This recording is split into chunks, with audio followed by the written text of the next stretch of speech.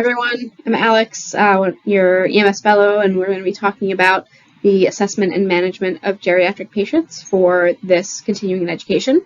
So the objectives of this talk, we're going to talk about the epidemiology of the aged population, how to assess an elderly patient, the physiology of aging, some specific medical conditions that are common in the elderly, and then a little bit about geriatric trauma and elder abuse.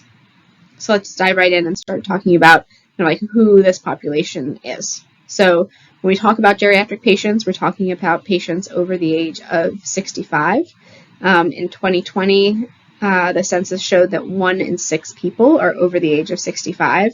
And this group, in terms of this portion of the population between 2010 and 2020, grew at the fastest rate it has ever grown since the late 1800s. And so we are seeing a rapid rise in the percentage of our population that are sort of classified as elderly, meaning that they're over the age of 65. And as this graph shows, between the 1900s and now, we're just seeing this kind of steep increase in terms of these individuals in the population. And really, at the moment, that's because the baby boomer generation, those people born in the 1940s, 50s, 60s, are now turning 65. And so now they're making up a much larger portion of the population. When you look at this a different way, the graph on the left shows what the population looks like in terms of age and sex in the 1960s, and then the graph on the right shows what we think that will look like in 2060. And so between 1960 and 1990, we saw a doubling of the elderly population, and the elderly population is in and of itself also getting older. So the graph on the left shows you at the bottom there that we had more young people in the population than we did older people in the population, with this sort of like pyramid shape. And then the graph on the right, where we think we're headed in 2060, is sort of more this like column. And what that demonstrates is that we're going to have more individuals who are in that elderly age bracket, and potentially actually less individuals who are young, under the age of 18, or even under the age of 25 or so. So this is how the population is changing. And like I said, the population within this elderly group, meaning over 65, is changing in and of itself as well. So we have more people between the ages of 65 and 74 now than we ever did. And that's even more significant for 75 to 84-year-olds and 85 and over. So there's 8 times as many people who are between the ages of 65 and 74 now than there were in 1900. That number is 13 times larger for the 75 to 84, and 24 times larger for the population of individuals over the age of 85. A lot of that obviously is due to all of the advances that we've made over the last century, but again results in what you see on the graph on the right there in terms of how our population has changed and is going to continue to change over the next several years. This graph just shows the sort of projected trajectory of the age of our population, and really the CDC is projecting that we're going to hit this kind of critical point in 2034, when we're going to have more adults than we do children under the age of 18 for the first time in our nation's history. And so just another way and another schematic to kind of demonstrate to you all who this population is, and hopefully impress upon you that we are going to take care of these patients. We're going to take care of these patients more and more, and we need to be mindful of the specific issues that come along with being elderly in this country. Next, I want to just mention kind of like where these patients are, mostly because Ohio made it to the list pretty much. So in terms of numbers of patients, 51% of people over the age of 65 live in 9 states. So most of them lived in California, Florida, Texas, and then under that were New York, Pennsylvania, then us in Ohio, Illinois, Michigan, and North Carolina. There are states that have sort of like higher density of elderly individuals, but don't quite make it to the numbers. Places like Maine, West Virginia, Vermont have high percentages of elderly individuals living there. But sheer numbers wise, this is the list, and that geographic distribution shows you that as well. Some things to consider about the elderly population. More than 17 million people, or roughly 1 in 3 older adults over the age of 65, are economically insecure, with incomes below 200% of the federal poverty level. The supplemental Social Security income on average for elderly adults is just $511 each month. And there's multiple disparities in terms of the experiences of older individuals, specifically that older women are more likely to live in poverty than older men. This is a result of wage discrimination over the course of their lifetime and time taken off for caregiving during their lives. And over half of Black and Hispanic adults over the age of 65 have incomes below the 200% federal poverty level. So keep that number in mind in terms of individuals making just over $500 a month on Social Security when you look at this. So this, excuse me, is a sort of like measure. It's called the Elderly Index, just a measure of what someone should expect to have to pay. And what I put in for this was a sort of generally okay health individual living in Hamilton County, and their projected monthly needs are over $2,000 a month, kind of up there above that bar graph, or almost $30,000 a year. So if you're getting $500 a month on Social Security, you are not even close to meeting the needs of a typical individual living in our area. And so this puts a lot of patients at risk, and there's a lot of things that we can see as a result of that, including sort of like issues with access to medications, access to secure housing, all that kind of thing. The other sort of element that we're going to talk about a lot more, obviously, is sort of the health implications for older adults. Excuse me. And basically, because people are getting older and because the subset of older individuals in and of itself has higher percentages of even older people, we're seeing more and more chronic conditions. So these are things like hypertension, high cholesterol, arthritis, ischemic heart disease, diabetes, chronic kidney disease, heart failure, depression, Alzheimer's, and COPD. And so the incidence of these conditions is increasing as our population gets older, and as the subset of the total population are now more likely to be older in that elderly category. Where do these patients live? So about 1.2 million people over the age of 65 live in nursing homes. That's more likely the older you get. So it's 1% for patients that are 65 to 74, 2% for 75 to 84, and 8% of people over the age of 85 are living in nursing homes. And the sort of like breakdown of where people live is a little different for women than men, as you can see in the diagram above. We've talked about the sort of like characteristics of this population, where our population is headed, and so we're going to again start talking more and more about kind of the implications of that. So one thing is, what's the social situation for our geriatric patients? And there's a lot of different social issues to consider when we're treating elderly patients.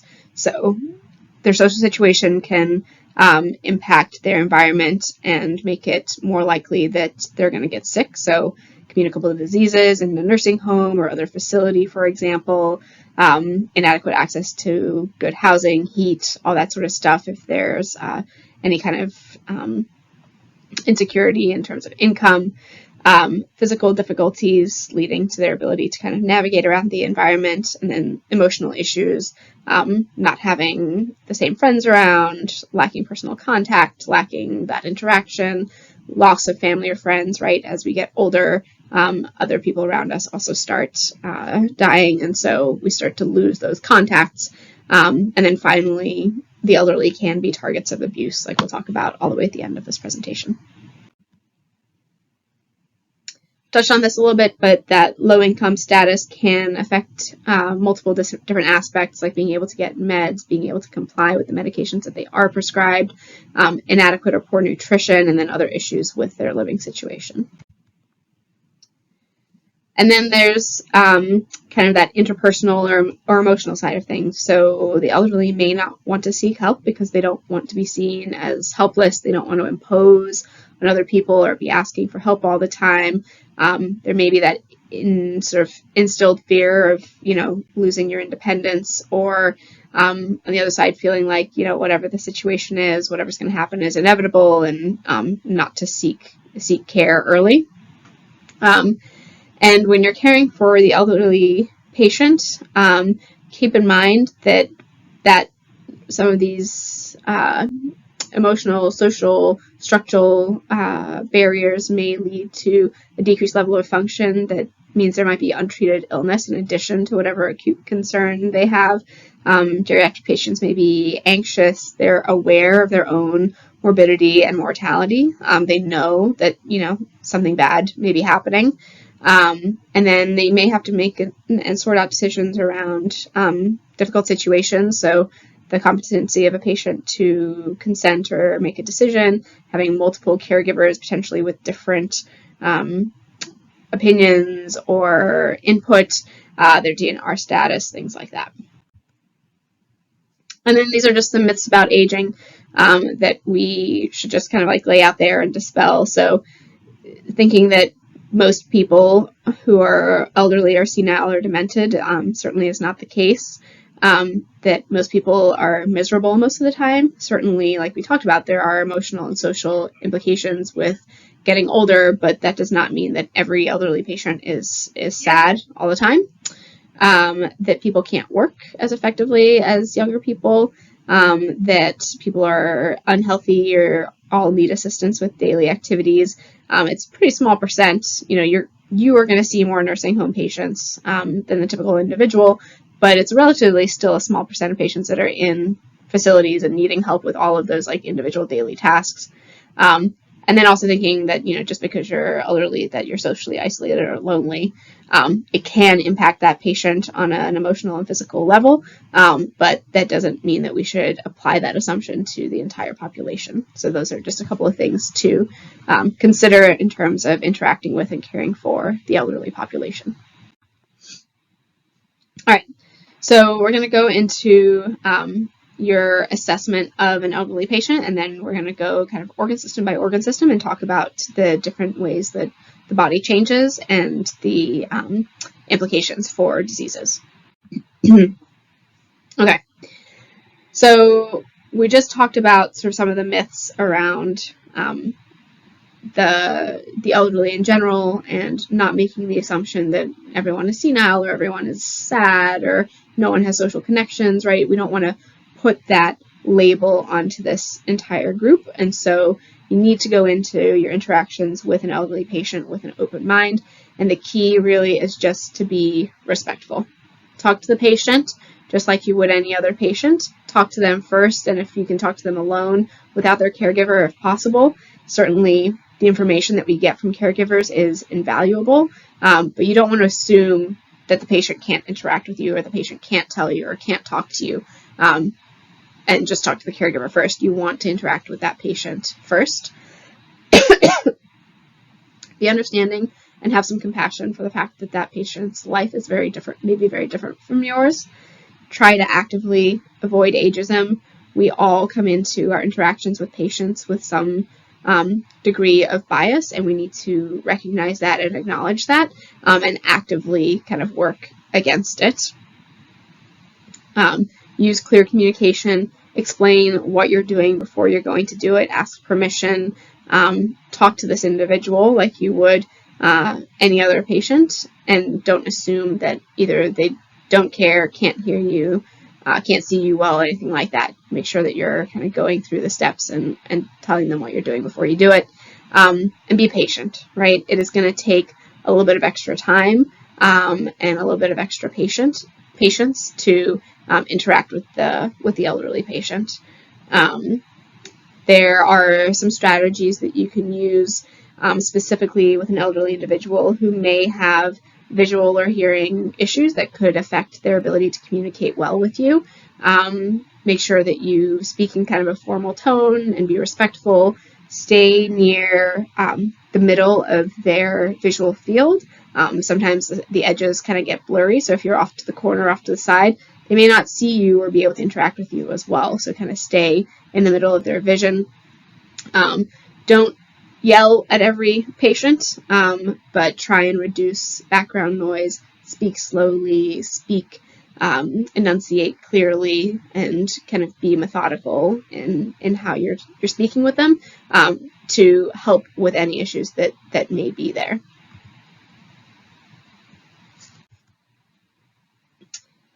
This goes into a little bit of that. So again, we don't want to assume that every patient is confused or doesn't understand things. We don't want to assume that every patient has issues with hearing or vision. But at the same time, there are things that we can do with every single patient to just make ourselves clearer, have ourselves be heard, have the interaction go well, and have the communication be clear. And those are some of the things that I spoke about with the last slide. When it comes to communicating about the stuff that we all care about, which is what happened, what's your history, what are the possible issues going on here, there are some challenges in terms of trying to figure out the nature of an illness or the mechanism of an injury with an elderly patient. So, altered mental status, as we'll talk about, can be a symptom of a lot of different medical issues. But if they are altered, if they do have dementia or any memory issues, that may make it difficult for you to assess and actually get at what is this patient's chief complaints. Their complaints may be vague or sort of poorly defined. They may minimize or trivialize their complaints, and that may make it hard to fully appreciate the severity of their disease. And there may be more than one organ system affected, or the chief complaint may be nonspecific and may not immediately identify the organ system that is affected. What they're complaining about right now might not be really the biggest issue, right? So it may be a side effect or a sequela or an issue related to the main problem, but because their symptoms are not going to present as classically, it may kind of trip us up and have us thinking one way when the real issue is something different. And polypharmacy, as we'll speak about repeatedly during this presentation, can complicate every patient's presentation. And polypharmacy and the response of our bodies the response of an elderly individual's body to those medications can seriously change kind of how those medications affect them. So here's a sort of like another commentary on medications. So medications that patients are on might impact their physiologic response to illness. So a classic example would be, beta blockers blunting the tachycardic response to shock, for example. Even medications that are commonly used in the elderly can have dangerous side effects, and those compound on one another when you have polypharmacy and a lot of different medications with potential for interactions or normal physiologic processes with aging as your kidney function or liver function decrease, and kind of your responsiveness or sensitivity to those medications changes. But there are certain medications that are inherently dangerous for the elderly, things like antihistamines, antidepressants, benzodiazepines, barbiturates, alpha blockers, and NSAIDs all carry with them some inherent risk that is worse for the elderly patient than it is for just a younger adult. So here again are some more examples. So certain medications that may have an impact on your ability to adequately assess the patient or may change how their body responds to being sick, or antihypertensives, which may decrease their ability to vasoconstrict, leading to orthostasis, hypotension, or arrhythmias. Beta blockers, I mentioned, kind of blunting that tachycardic response in shock, but also can cause issues in patients with COPD. Aspirin and NSAIDs obviously increase the risk for GI bleeds. Anticoagulants, you guys are very familiar with, and make small problems worse in the case of trauma, but also can cause spontaneous bleeding, like upper GI bleeds. And then antidepressants have a whole slew of risks that they come with as well. So trying to get an adequate medication history, either a medication list or looking what they have, is pretty important. Finding out if there are new medications that have been added or taken away. And this can be complicated by the fact that obviously patients have different providers providing different meds. They may fill their medications at different pharmacies. We need to take into consideration any over-the-counter medications. So this can get kind of tricky and kind of messy. But hopefully this list gives you at least an idea of kind of the big things to pay attention to and look out for, and kind of think critically about.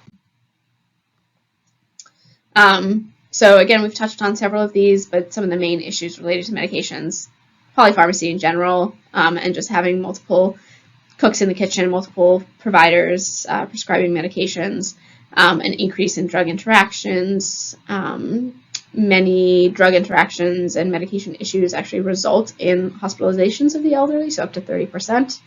And then medication noncompliance is a major issue, so there may be challenges with income and financial security, memory loss, and the ability to actually remember that you did or didn't take the medication, physical constraints in being able to access where your medications are, complicated regimens. I mean, there are regimens that even we would struggle to kind of pay attention to and take and be consistent with, that we're expecting our elderly patients with, potentially some other challenges to have to do. And all of these things can play into issues related to medications themselves.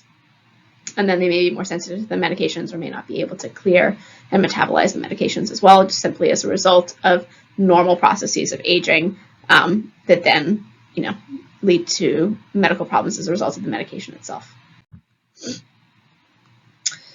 So when you're assessing a pediatric patient, this is the GEMS diagram, just gives you a framework for kind of what to think about and how to assess these patients. So the G stands for just older geriatric patients. The normal processes of aging may mean that they present atypically with different medical conditions. E is for environment. So, sorry, I'll just pause for a second, then we'll restart. All right, so I apologize. So again, that G is for geriatric patients having maybe atypical presentations as a result of the normal processes of aging. E is for the environment, so aspects of the patient environment, things that only you as pre-hospital providers have access to, may be extremely helpful. So the safety of the environment, signs of neglect, what the environment smells like, is it too hot, too cold, any kind of hazards that are there. These are all things that once they're in the hospital, I can't get that information, and you are uniquely positioned to be able to assess that aspect of the patient's presentation and also transmit that information to us when you bring the patient in. M is the need for a thorough medical history. Again, we've talked about how this can be difficult and how complicated medication regimens can kind of impact the patient, and it's also difficult to even get that information. But it is important to get a thorough history. And then S is for social assessment. So I think we've now touched on multiple different ways in which the social environment that our elderly patients are living in can impact them. And that's another kind of aspect of the assessment and something that you need to take into consideration when you're interacting with these patients. All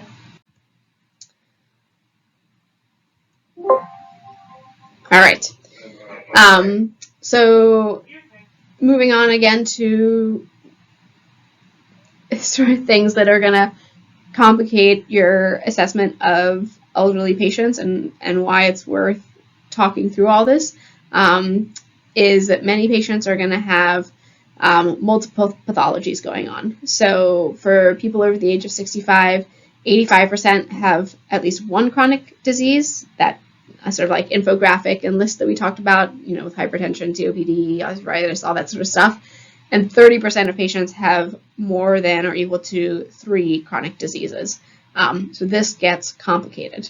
The other issue is that when one system is under stress, it may put stress on another system's reserve capacity, right? So the heart and the lungs are in a constant interplay with one another. If one is not working well, it may put stress on the other. That's a sort of easy example. They're both right there. We know that the heart and lungs are constantly having to work together, but this may be true about other body systems and other parts of the body as well. Also, symptoms from one system may mask another disease process, or treatment for one system may mask another disease process. And so teasing this apart and trying to figure out, almost like the chicken and the egg, or what is the real issue amongst a sea of other chronic issues, can be really challenging. Also, the elderly are going to present differently and atypically with common diseases compared to a younger adult population. So medications affect our vital signs. The pain perception in the elderly is diminished or maybe absent, say from diabetic neuropathy. Temperature regulation kind of gets out of whack, and they may not be able to regulate their temperatures as well, and they may not have as intact of a thirst mechanism, so they may not respond appropriately to normal stressors, or stresses that may be more mild in a younger patient. Some pitfalls to avoid when you're assessing a pediatric patient. One, sort of the two ends of the scale, I suppose. One is attributing what are real, genuine symptoms of illness to normal aging rather than a disease process. And then the other would be attributing normal aspects of aging to being part of a disease process. So hopefully through this presentation, you'll get a sense of kind of what the normal trajectory is as we become older in terms of some of the physiology that changes, but being able to identify when those changes put someone at risk for a new acute issue, how to assess for that issue, and things you need to be thinking about. So these are, again, you're trying to find that happy middle ground in terms of being able to tease apart the acute issue outside of anything else and more chronic that's going on. And we've talked about how obviously that can be challenging from not only a history perspective, but also in terms of the individual patient's presentation and how they're going to kind of display their disease process is going to make that challenging as well. The other thing is to misattribute altered mental status to kind of just being senile or just having dementia as a reason for being confused. We need to really assess altered mental status really kind of like in a detailed way, try to understand how is this different, or is this different from their baseline? How quickly did it happen, so that we don't misattribute that to a normal aging process when there's a new acute issue going on. And when it comes to belly pain in patients who are over the age of 65, they may not have classic pain perception. They may not have decent pain perception, so their pain may be different from the classic presentation of abdominal pain, or maybe masked, and they can have really severe intra-abdominal issues without the classic symptoms. So again, realize and think about the fact that what a patient is saying they're concerned about may not be the classic for the final diagnosis, or may be impacted by another issue with a different body system, or be masked by a different body system. And again, we're trying to tease this all apart when we're interacting with these patients. And I think you all know that the elderly are at higher risk for atypical or painless MI, but not giving other symptoms their due just because a patient doesn't have that classic chest pain is a pitfall or a risk when we're assessing geriatric patients. And finally, our geriatric patients fall all the time, right? Certainly there are mechanical reasons to fall, tripping, falling from ladder, all that sort of thing. But the reason for the fall may not only be mechanical, there might be medical reasons behind that, right? Was the diabetic patient hypoglycemic and lightheaded? Did the patient with AFib actually have a stroke, and that's what caused the fall, right? There are medical reasons for these falls that we need to think about, and not just writing it off as, a mechanical issue. And that dizziness that they felt is not necessarily normal. We need to find out what the patient's baseline is like. All right, so I'm giving you guys a lot of kind of like issues and challenges, hopefully to highlight why we need to be methodical and thoughtful in our assessment of elderly patients. We talked about the history, we talked about thinking through their presentations, and then now we're going to talk about the physical exam. So a lot of this has a lot of overlap, right? So again, patients are not going to present typically with whatever their diagnosis may be when they are elderly. And so physical exam findings may be misleading. It may be difficult to assess certain physical exam findings, like skin turgor may be difficult to assess. The way that they are breathing at baseline may mimic patients who look like they're dehydrated. The pedal edema may result simply from inactivity and dependent positioning, and may not actually be, as a result of CHF or something like that. You can hear crackles even in a normal elderly patient's lung, but certainly in the context and the right history could be concerning for pulmonary edema. So trying to tease that apart can be difficult. And then it can sometimes be difficult to feel peripheral pulses just as a result of, the normal pathology or the normal physiology of aging and cardiac output. And so that can be misleading as to whether or not this is potentially a sign of shock or severe illness or just that patient's baseline. And this is what you need to try and get to the bottom of. Some things to consider with your physical exam. We already touched on the fact that mental status is incredibly important in trying to figure out how that's different or not from their baseline. Consider that elderly individuals can't control their temperatures as well, so keeping them away from a cold environment, being able to examine them in a warm area, recognizing that they may get tired easily, so do you really want to walk this patient down the steps as opposed to helping them down another way? Patients may have positions that are uncomfortable as a result of scoliosis, kyphosis, arthritis, so getting them in a position that is comfortable for them. And then protecting a patient's modesty, so respecting that these people have lived a long life and have seen and been through a lot, and we want to be respectful of their bodies and of their modesty. And because elderly patients do not have the same sensation or even intact sensation in some patients' cases, we need to do a really thorough exam because our visual inspection may be very helpful when a patient doesn't have adequate pain perception. Start with your ABCs. Make sure you're monitoring their cardiac, neurologic, and respiratory status and vitals closely. Reassess the patient frequently. And again, recognize that even a normal heart rate in a patient on medications may actually be blunted by those medications. And then when we talked about, pulses being difficult to feel, you can just feel pulses in multiple different places. So obviously you've got your peripheral pulses with your radial and pedal pulses, but you've got femoral pulses, carotid pulses, everything. So feeling in different places in terms of your pulse assessments. All right, so we have talked about who is in this patient population.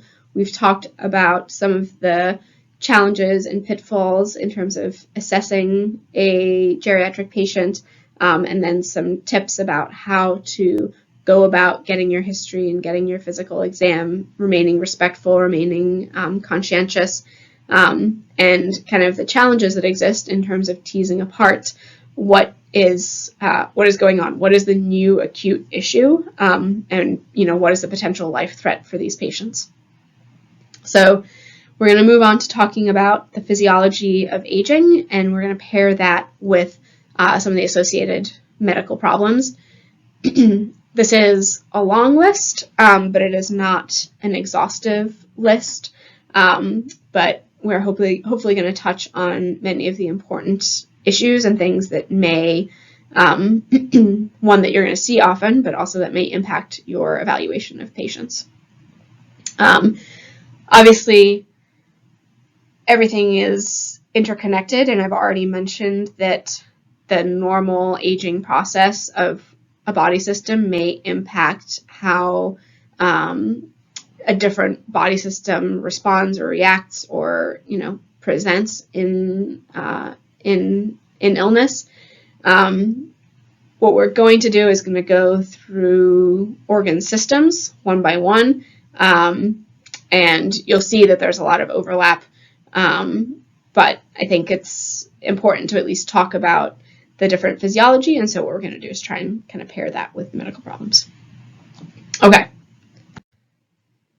So everything's affected by aging.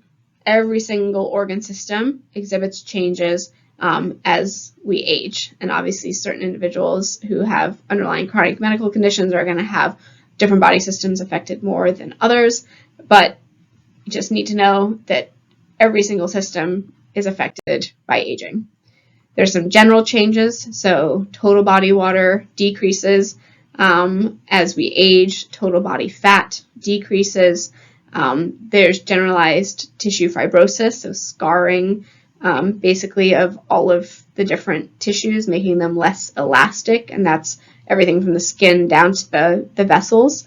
And there's a progressive loss of the hemostatic systems to be able to adjust, so adjust to position, adjust to fever, adjust to illness. Any of those things become harder as we age. So let's start with the skeletal system. So the bones in the body change with age, again, because of that generalized scarring of these tissues.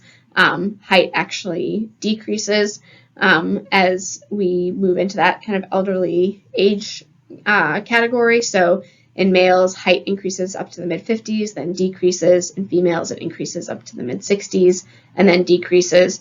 And that general fibrosis also impacts the hemostatic system.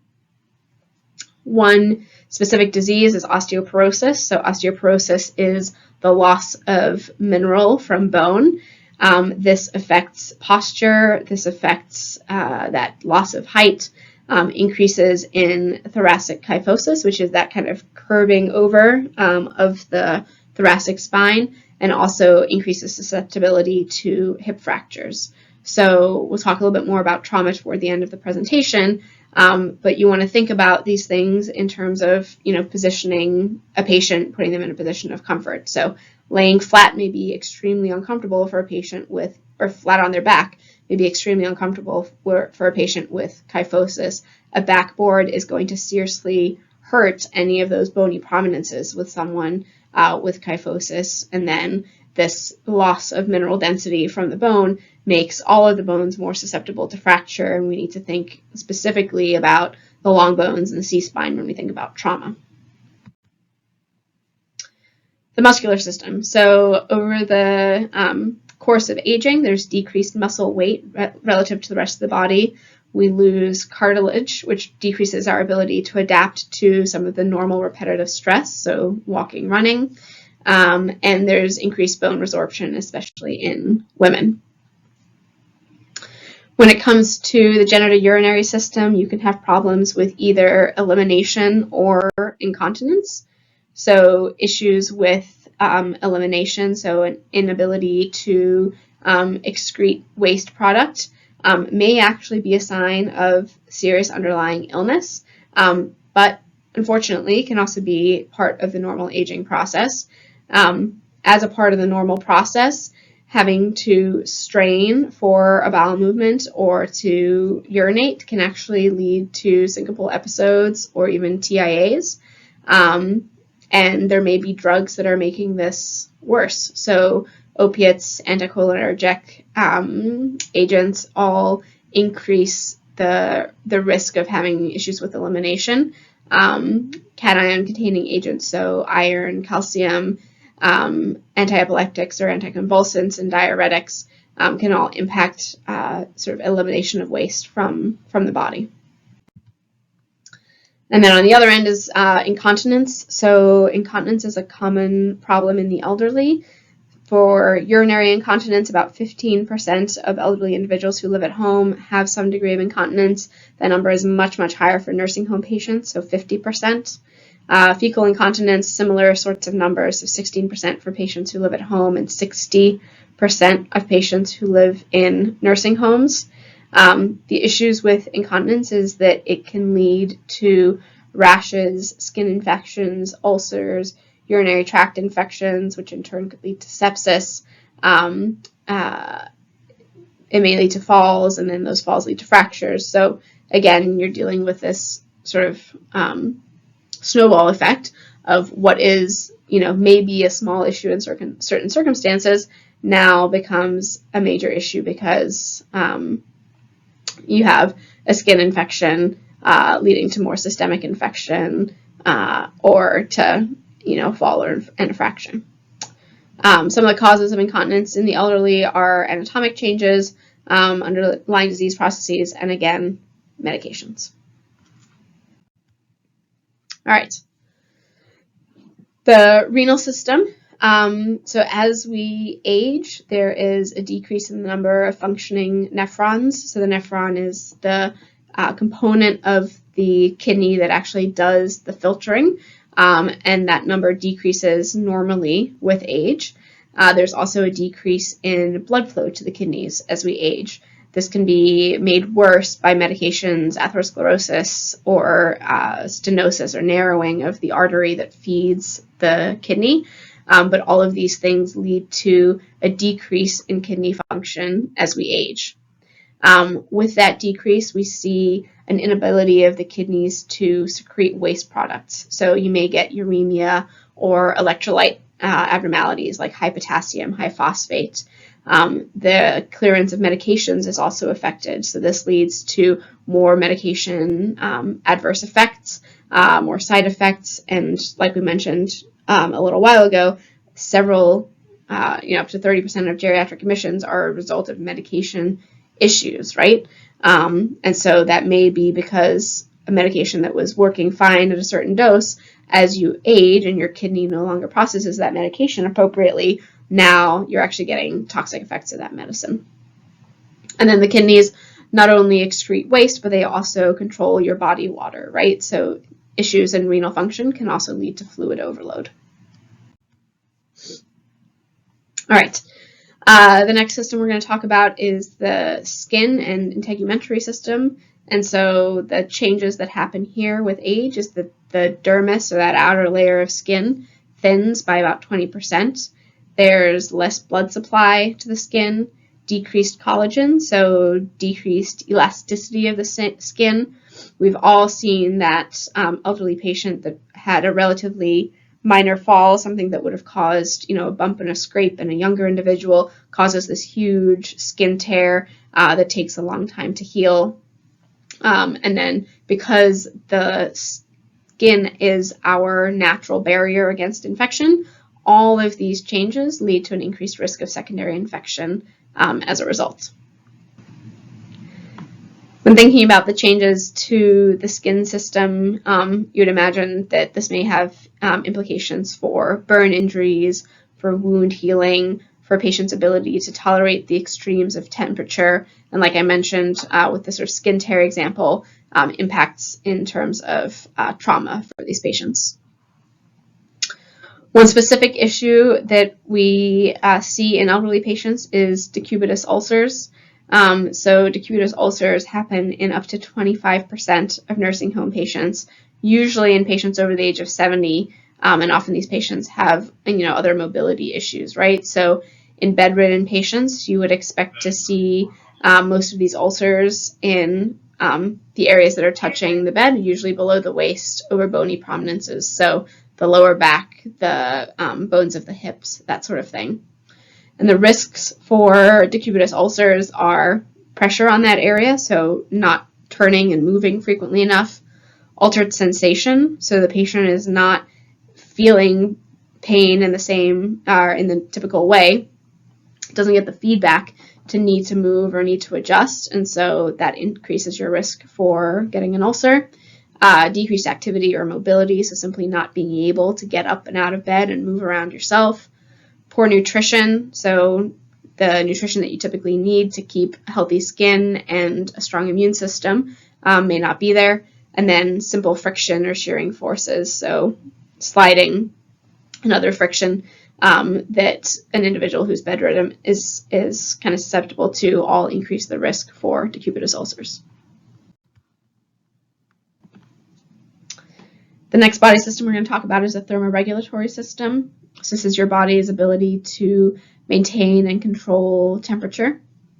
So as we age, sweat glands decrease. This means that in response to high temperatures, we can't sweat as well, and that our body needs to get hotter to actually start sweating. So both of those things make you less able to adjust to warmer temperatures.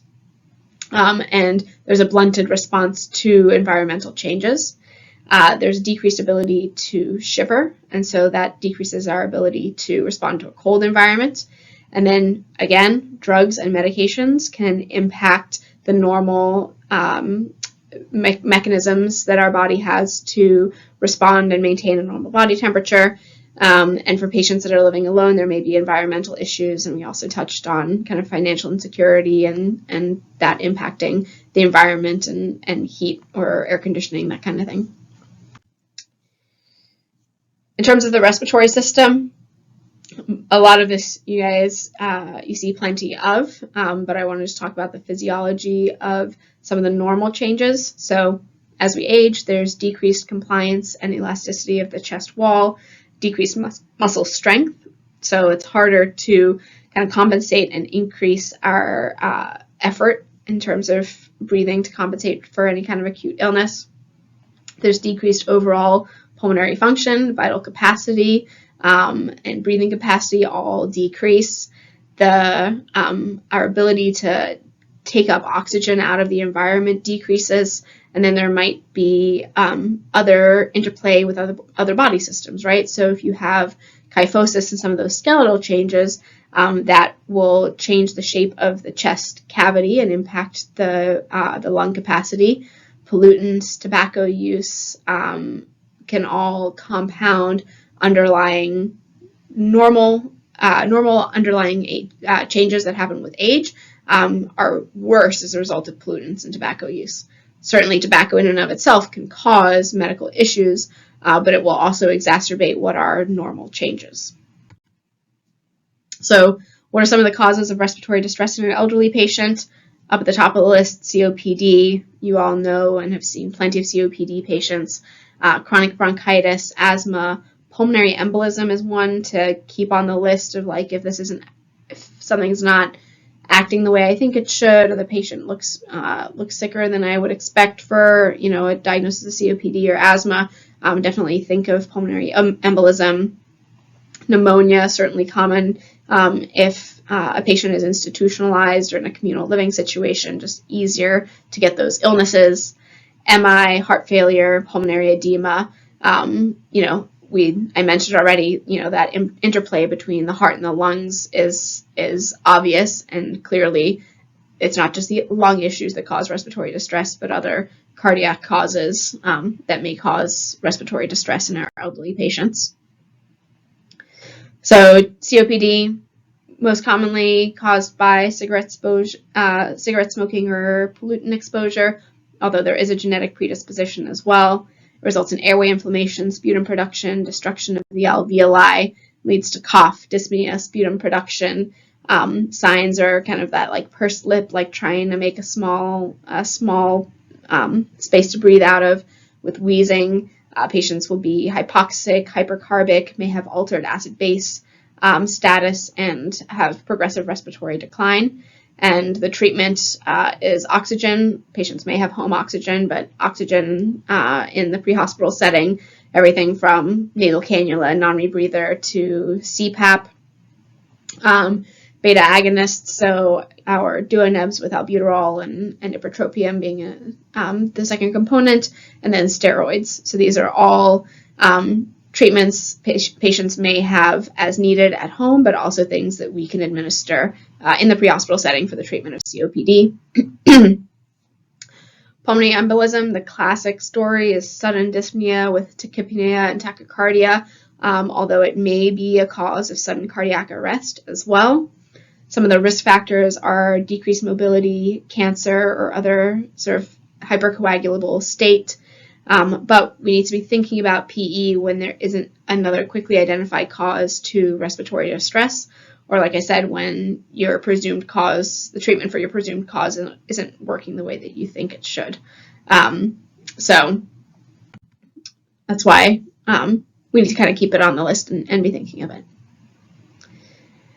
All right, let's move to the heart. So we've dealt with the lungs. Let's move to the other important system within the chest. So the cardiovascular system has many, many changes as we age. One is that there's a decreased response to catecholamines. So the normal stressors, the normal things that would cause our heart rate and our blood pressure to go up, the heart is not responding typically to those mechanisms. The muscle, the myocardium, and the heart wall are less compliant, so you're not going to get the same kind of squeeze, the same movement of the heart muscle as we age. There's an increased susceptibility to ischemia with stress. So again, things that would be smaller issues in a younger individual become magnified in an elderly individual who doesn't have the same ability to compensate for or deal with or counteract that typical stress. And so smaller stresses may lead to cardiac ischemia. The conducting system, the wiring of the heart deteriorates over time, leading to an increased risk of dysrhythmias. Stroke volume declines, so with each pump of the heart, you're getting less blood going through the body, so that may impact, your ability to feel pulses, like we talked about early on in this talk. The speed and force of the muscle contraction decreases, and then that fibrosis that we saw in the skeletal and muscular system also affects the blood vessels throughout the body, so they are less springy, less stretchy, less responsive to changes in the environment or changes in blood pressure. And so that has multiple different effects. So some of the conditions to talk about, one is CHF, so congestive heart failure. It's the most common reason why patients over the age of 65 are hospitalized. And some of the signs and symptoms, patients might have urination at night, some confusion, blisters on the legs, so swelling of the legs leading to kind of small breakdown in the skin and then blisters, and then realizing that bedridden patients, the fluid is going to accumulate in the dependent area, not necessarily in their leg, right? So for a patient who is up and ambulatory, all of that fluid is going to sink down to their legs, and that's where you're going to see the swelling and the skin changes. For a bedridden patient, that swelling and those skin changes may happen in the sacral area because their bottom is the most dependent area when you're laying in bed all the time.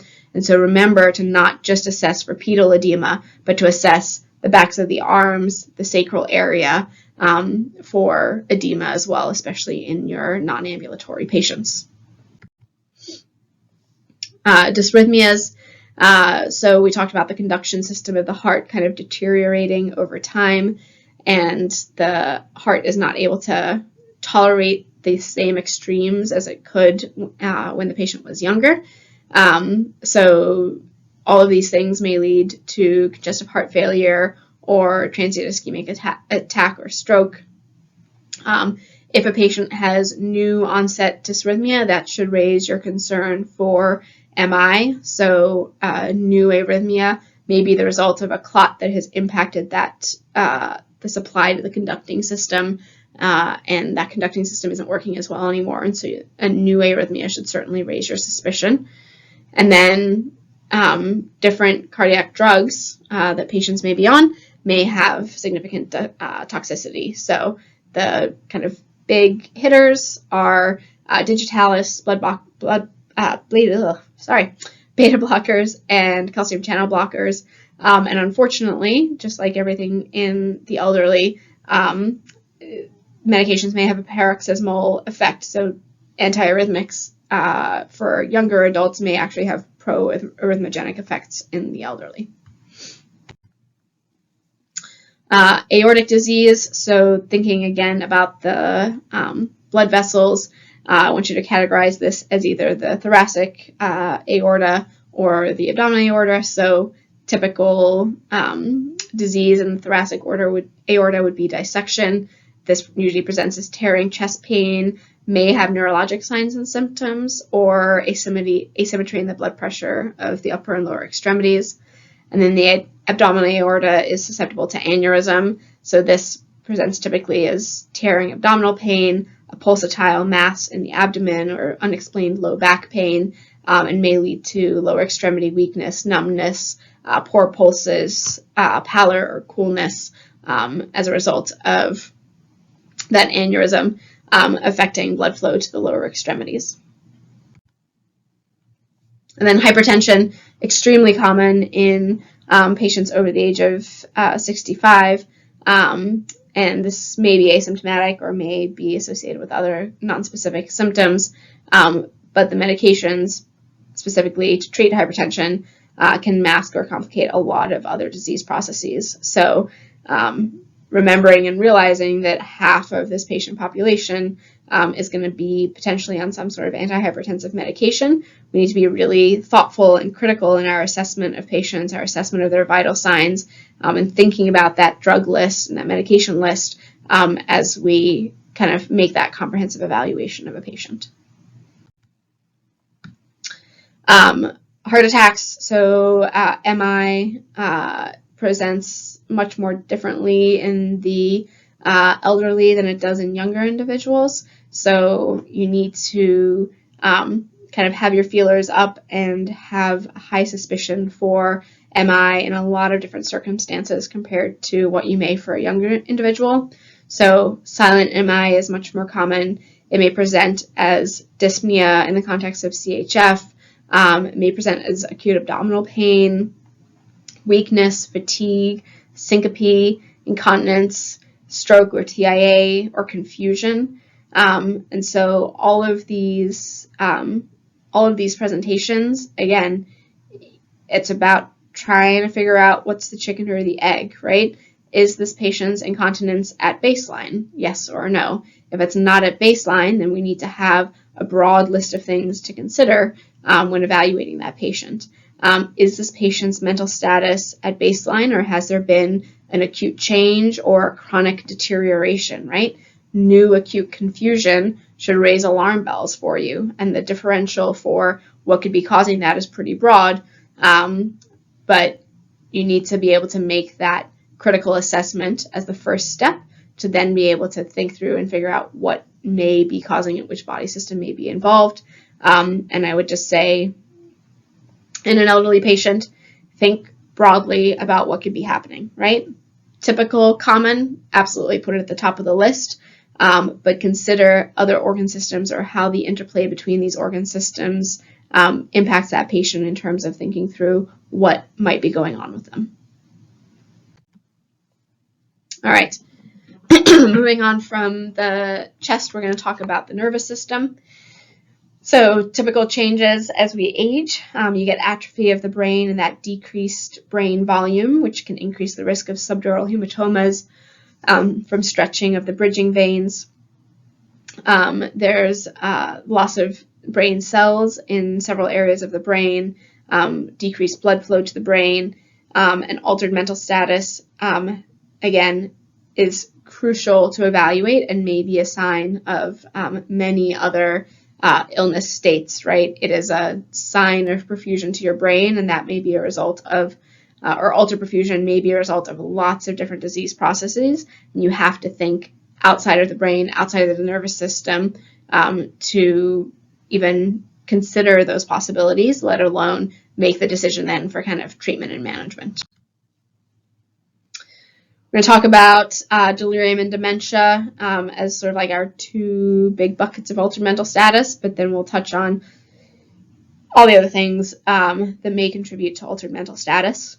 So the signs of delirium is that this is an acute change, and it is important to realize that delirium is often a sign of some sort of underlying problem. So obviously patients have memory issues and dementia and chronic kind of slowly indolent changes in their memory or their mental status, but any kind of acute change in mental status needs to raise your suspicion that something else is going on. Some other medical problem is contributing. So the signs of delirium are a rapid decline in cognitive function, disturbed intellectual function, disorientation, decreased attention span, poor memory, poor recall, poor judgment, restlessness, altered or loss of consciousness, being highly suspicious, having hallucinations or delusions. All of these are signs of delirium. And this is a long list, but probably not even an exhaustive list of things that can cause delirium. And as I mention these, I want you to think through, what is your ability in the pre-hospital setting to assess for this and treat it, right? Because there are things that we can do to help move the needle and help move the patient along, even in the pre-hospital setting, if we can address, or if we can identify and then address the problem. So hypoglycemia is a great example of that, right? It's a quick test to diagnose and figure out that a patient is hypoglycemic, and you have the means to treat it, you have the means to manage it. So hypoglycemia is a key cause of delirium. Infection, we'll talk about this when we talk about the immune system, but the elderly may not have a classic febrile response, right? But are there other signs or symptoms or history to suggest that a patient may have an infectious cause? Excuse me. Trauma. So obviously if you get called out for some sort of traumatic injury, that's slightly easier, but maybe the person hasn't been seen for several hours or no one knows exactly what happened. So completing a head-to-toe assessment is your key to figuring out if there may have been a traumatic injury. This person may have altered sensation. They may not be feeling an injury in one part of the body as effectively as a younger individual. So you need to look, you need to find. Pneumonia goes into that infection bucket. Toxicity from drugs. I mean, I don't think I've said it enough, or maybe I've said it too much, that medications are a major challenge, a major issue in our elderly population, and polypharmacy can be dangerous and comes with a lot of associated issues. Shock of any cause, so septic shock, cardiogenic shock, neurogenic shock, anaphylactic shock, these are all any type of shock state can cause delirium and altered mental status. Cerebrovascular accidents or stroke, that's a pretty clear cause. Tumors, sepsis, head injury, post-concussive issues. Tumor got on the list twice, obviously, it's super important. Alcohol or other drug intoxication or withdrawal. So there may be keys to you in the environment. What's the living situation? What other paraphernalia are around? What does the patient smell of or look like? Or what were you called for? These may be clues that only you, with someone with access to that person's environment, may have that you can transmit to the hospital team. Specific CNS infections, CHF. Endocrine issues, electrolyte issues, hypoxia, so pretty easy to get a pulse ox on someone and figure out if that's an issue and then act on it. And then drug interactions, again, made it to the list twice. So lots of different causes for delirium. And like I mentioned right at the start of the discussion, delirium is this acute change. I'll pause for a second while that alarm goes off.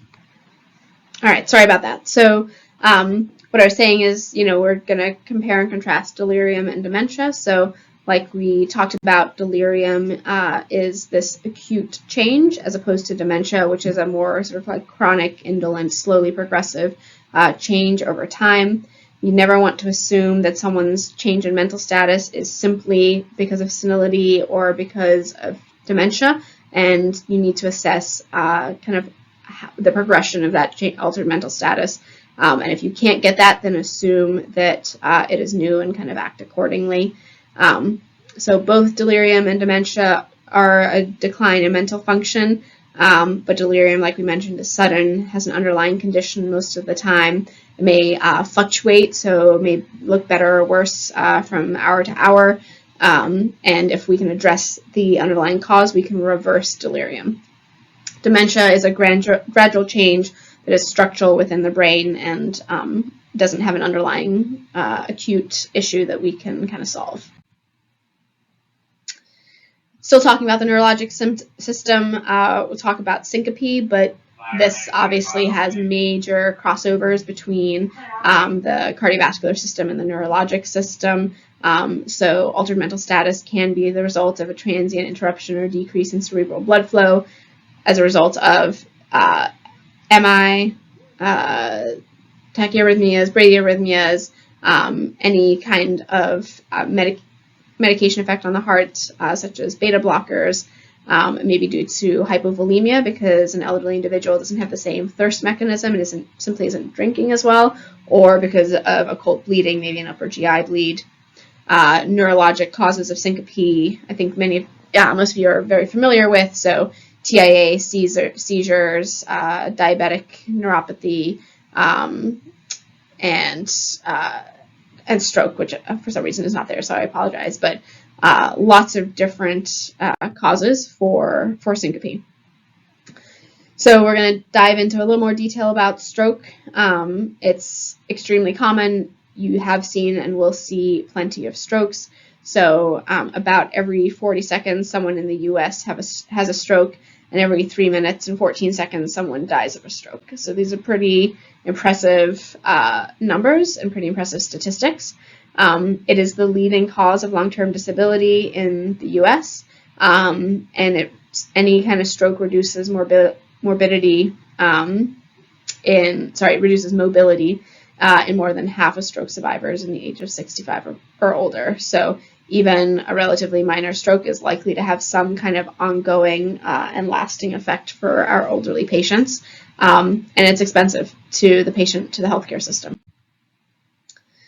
Stroke is now, when you adjust for age, the 5th most common cause of death. It used to be the 3rd most common, but it's been surpassed by COVID and unintentional injury.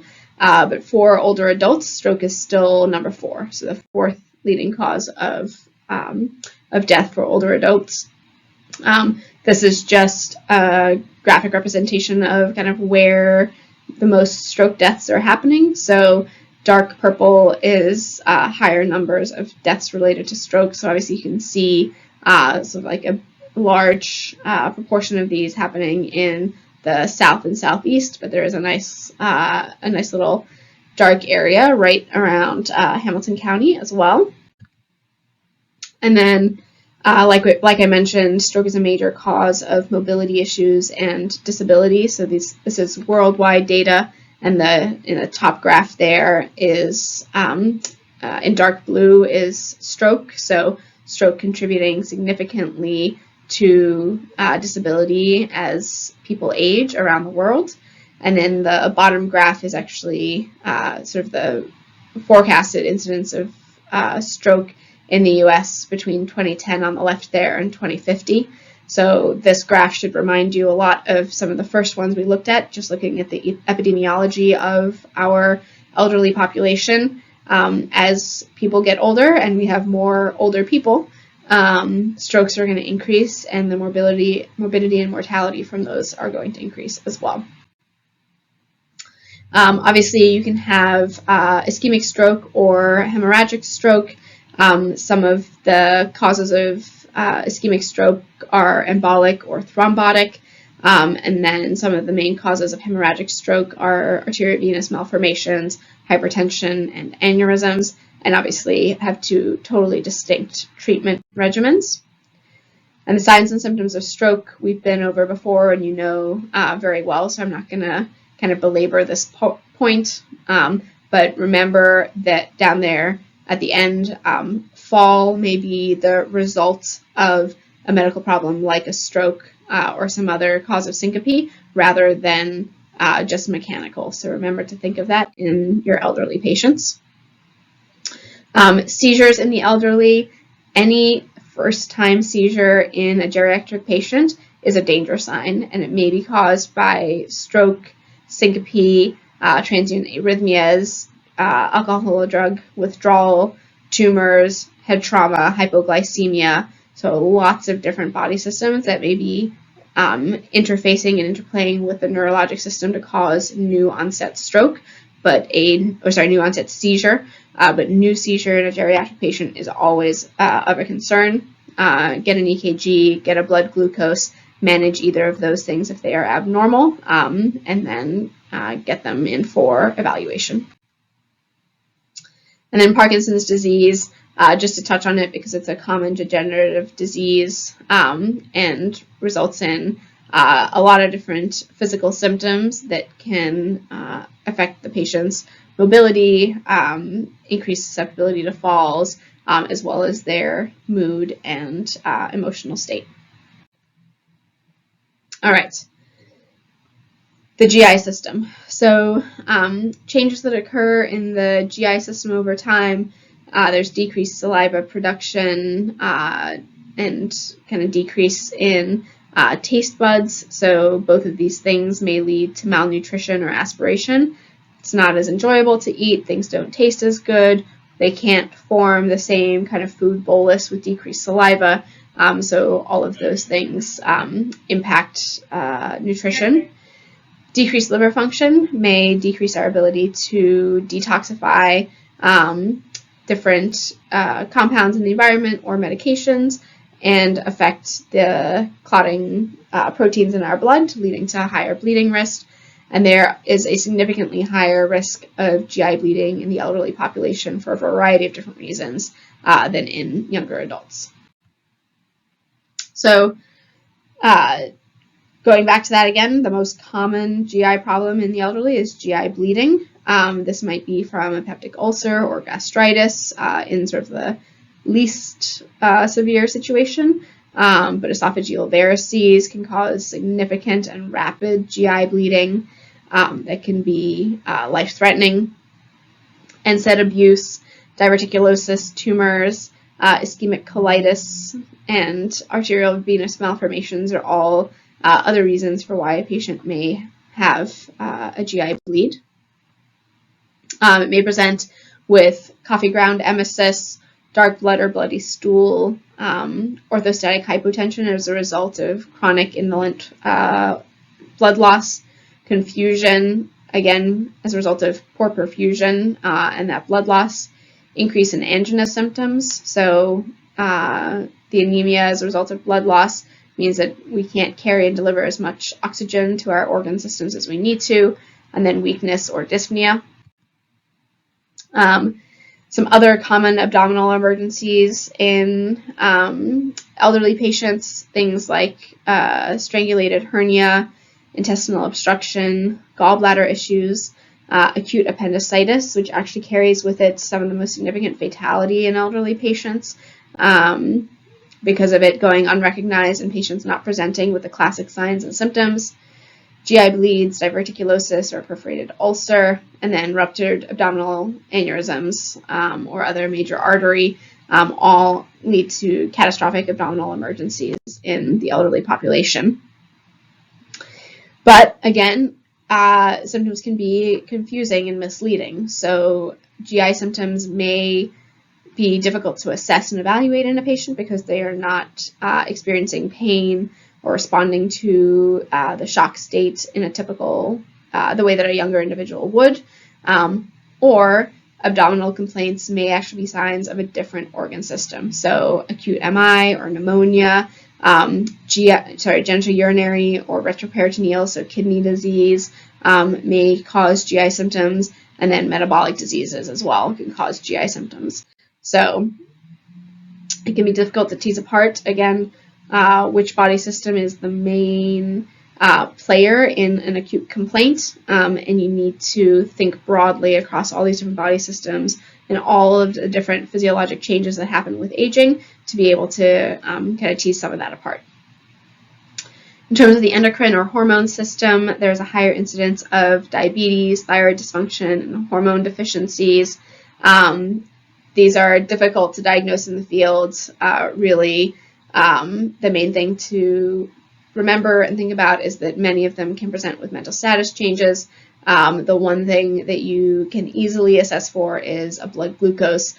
So remember, in all of your altered patients, confused patients, to always check finger stick glucose. And then the immune system, we already mentioned a few different times how sepsis, shock, pneumonia can all impact different body systems, but the elderly have a diminished function to fight infection. So there's a diminished immune response, diminished function of immune-fighting cells, and they're more susceptible to these infections.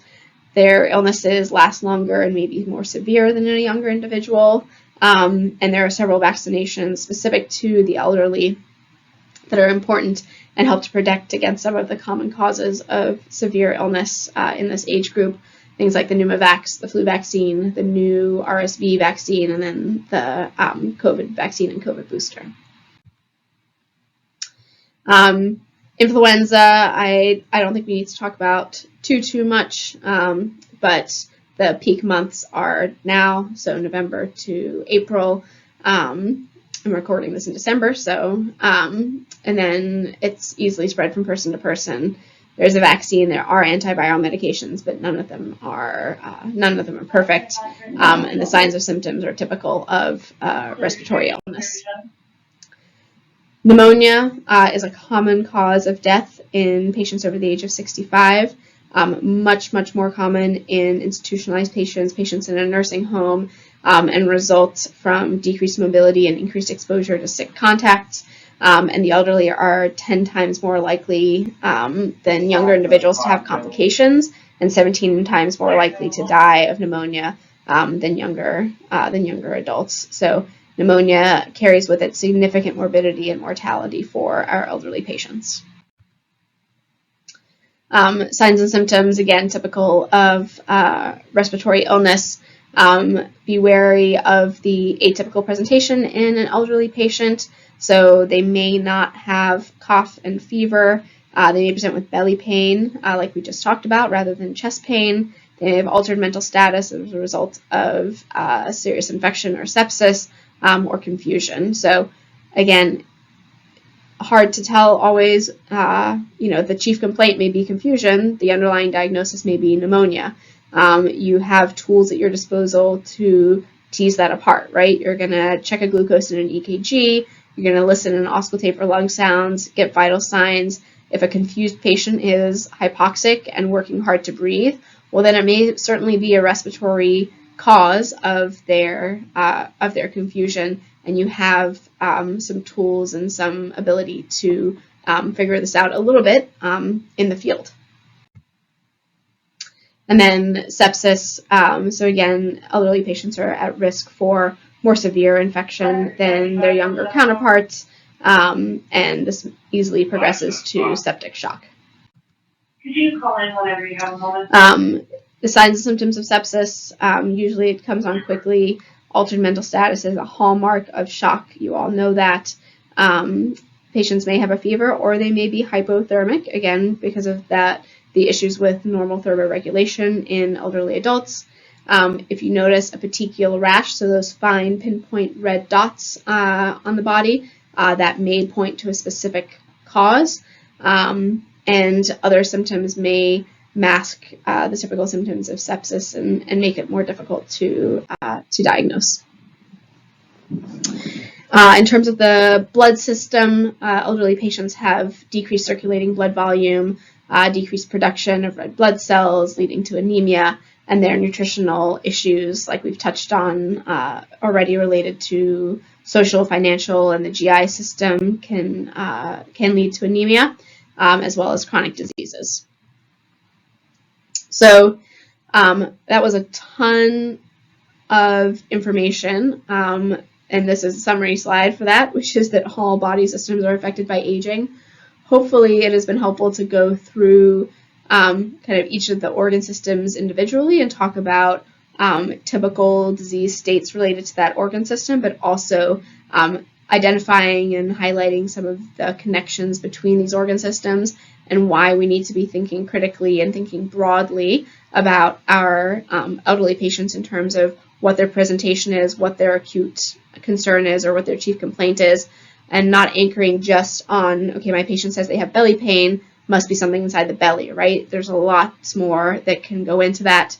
Altered mental status, unfortunately, can be a myriad of different diagnoses and can be very difficult to tease apart. But again, you have tools at your disposal to kind of check off some of those high yield intervenable problems right from the start, and the information that you can gather about that patient's living situation or social situation, as well as the early data that you're able to get in terms of a blood glucose and EKG and your initial vitals, are all super helpful pieces of information. All right. That was the longest portion of this presentation. I know it's a long one.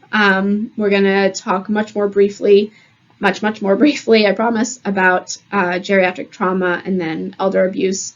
So we'll go through these couple of topics here in the last 10 minutes or so. All right. So what are the statistics around trauma? So the elderly account for a large percent of all trauma victims. And despite being like 10 or 14% of victims, they use an even higher percent of healthcare dollars related to trauma, and are much more likely to die as a result of their trauma. The most common cause are falls, motor vehicle collisions, auto versus pedestrian, and assault.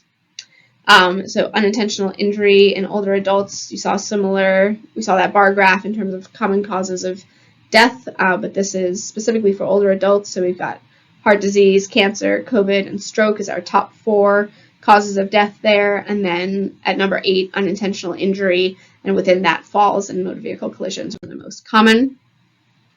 Death rates from falls are increasing. So as our population ages and as that patient population is, living life wherever it is that they're living it, and having falls, the impact and the mortality from falls is increasing. Even if patients don't die immediately as a result of their fall, up to half of them will die within the next year.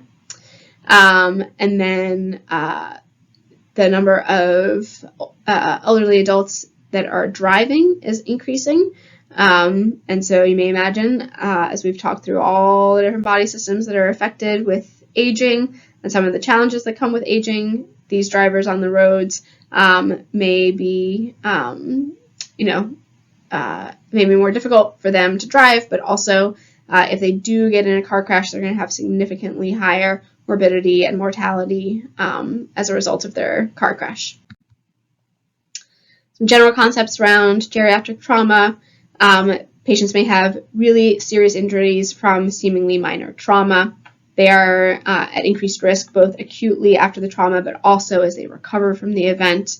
And age-related changes to the cardiovascular system in particular complicate the presentation of trauma. So they have a decreased ability to compensate for shock, like we have talked about, so hypovolemia or hemorrhagic shock. They tolerate hypoperfusion poorly, so even for short periods, a decreased flow state or shock state may put patients at risk for stroke, MI, bowel ischemia, renal failure, ARDS. There are many medications that mask the signs of shock, and poor cardiac function can lead to difficulty with our standard fluid resuscitation. And there's a lot of medical emergencies that may actually be the cause of a traumatic event. So a stroke or an MI or an acute arrhythmia may be the reason why someone crashed their car or fell off their ladder rather than a simply mechanical issue. Medications contribute to the risk of falls. We've harped on this point several times. The standard sort of players are there again. And geriatric trauma patients have increased risk of decompensation, increased risk of respiratory failure, increased risk of fractures, and particularly in the thoracic and lumbar spine, and they also have a higher risk of spinal cord injury as well.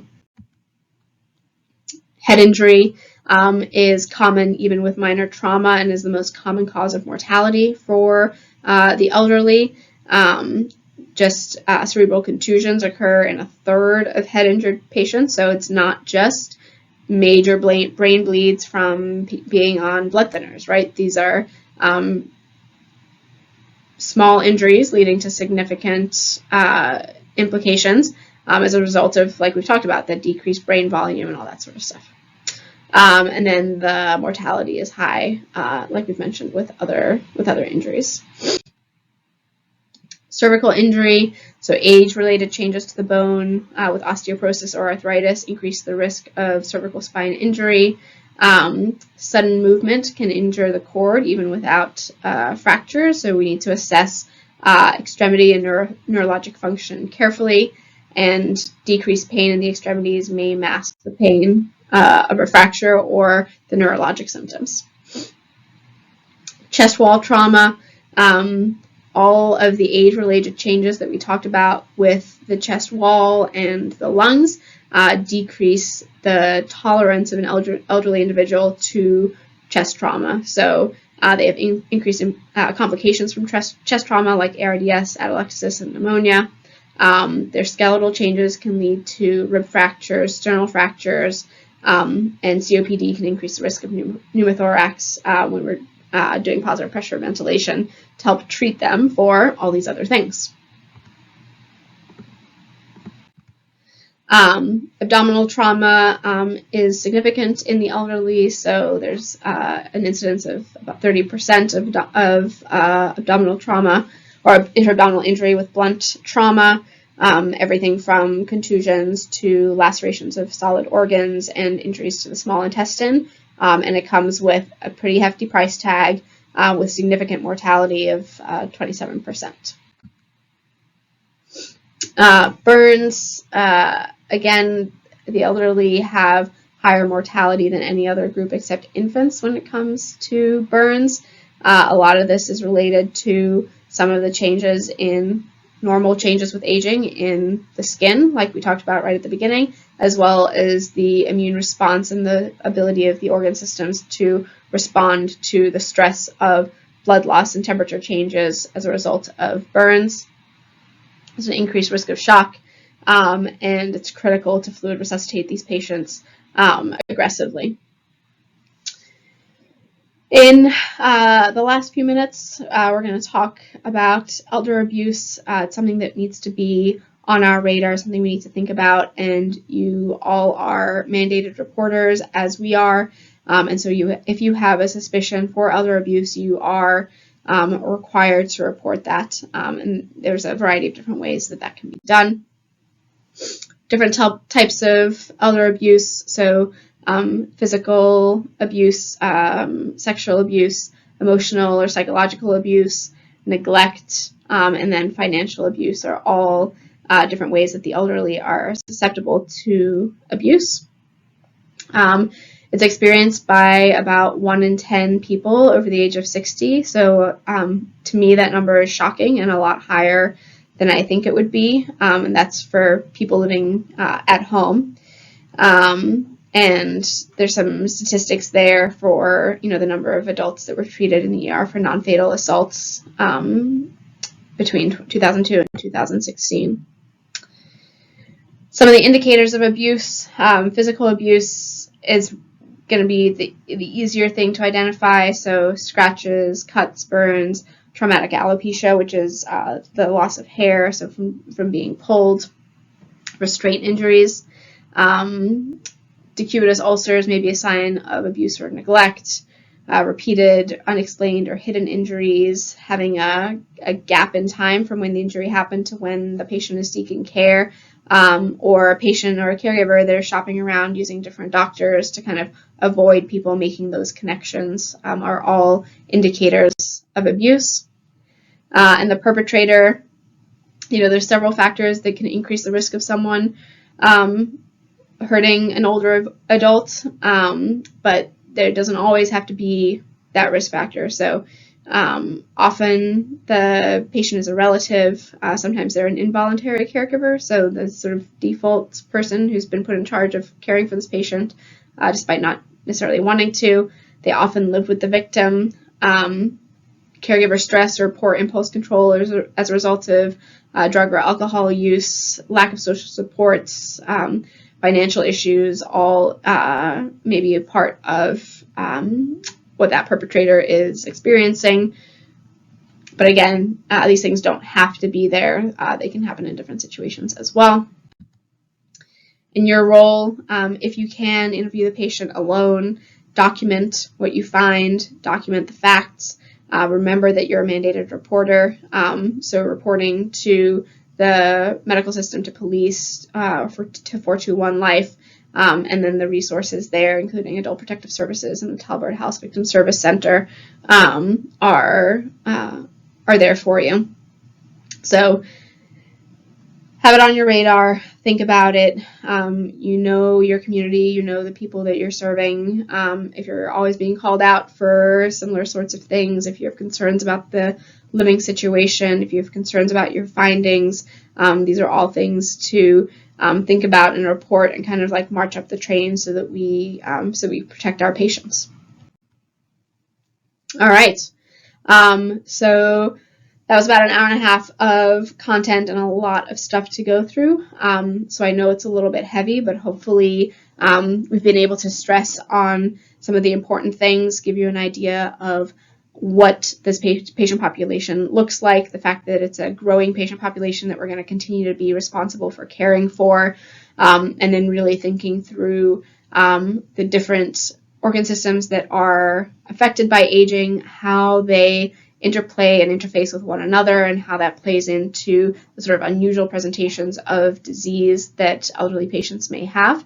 And certainly, if you have any questions, you guys are always able to get a hold of myself or Dr. Richards, and I hope that this was helpful for you. Thanks.